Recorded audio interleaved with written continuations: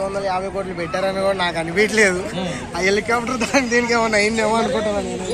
ఇక అంతమించి ఇంకేం చెప్పలేదు. సరే, సినిమా గురించి రామ్ చరణ్ యాక్టింగ్ గురించి. రామ్ చరణ్ అయితే యాక్టింగ్ బాగా చేసింది. అది ఇంకోటి ఏంటంటే అది ఈ జనరేషన్ లో రావాల్సిన సినిమా కాదు. అది ఇప్పుడు ఈ జనరేషన్ లో కోరుకునేది ఏంటంటే ఒక పుష్ప, ఒక దేవర, ఒక సలార్ అట్లాంటివి ఒక మాస్ లెవెల్ క్రింజ్ ఈ జనరేషన్ కి అది అర్థం కాదు. అది మొత్తం ఎడ్యుకేటెడ్ పర్సన్స్ కి గేమ్ చేంజర్. ఈ జనరేషన్ లో అది ఎడ్యుకేటెడ్ పర్సన్స్ ఎవరు చూడరు. అది అర్థమైంది. ఆర్టిస్ట్ ఎక్స్ప్రెస్ లో సెలబ్రేషన్స్ లేదు, ఏది లేదు. చాలా అంటే ఫ్యాన్స్ ఇప్పుడు.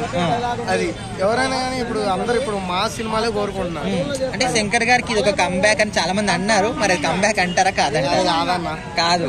ఓకే, మరి రామ్ చరణ్ లెవెల్ కి ఇది సెట్ అయిందా?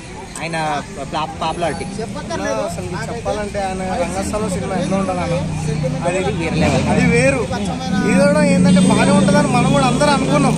కాకపోతే ఇది ఒకటి ఏంటంటే ఇది ఒక కలెక్టర్, ఇంకోటి ఏంటంటే పార్టీకి సంబంధించింది, ఒక కాలేజ్ బాయ్ లాగా ఇదంతా ఉంది. ఈ జనరేషన్ సెట్ కాదు. ఇది మొత్తం వెళ్ళి వాణి నరికేసామా, అరిసామా, పేపర్లు ఇసిరేసామా, ఇదే కావాలి అందరికి ఇప్పుడు. అవి సెట్ కావు. చదువుకునే క్యాండిడేట్లు మాత్రమే అది అర్థమవుతుంది.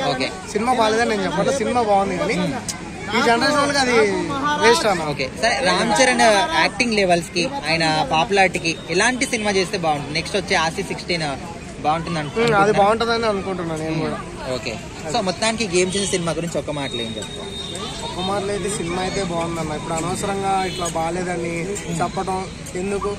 మామూలుగా ఇట్లా మెగా ఫ్యామిలీ అన్ని పక్కన పెట్టి అందరూ కూడా ఒక క్రేజ్ అనేది ఉందని అందరూ అర్థం చేసుకుంటే బాగుంటుందని నేను అనుకుంటున్నాను. Thank you.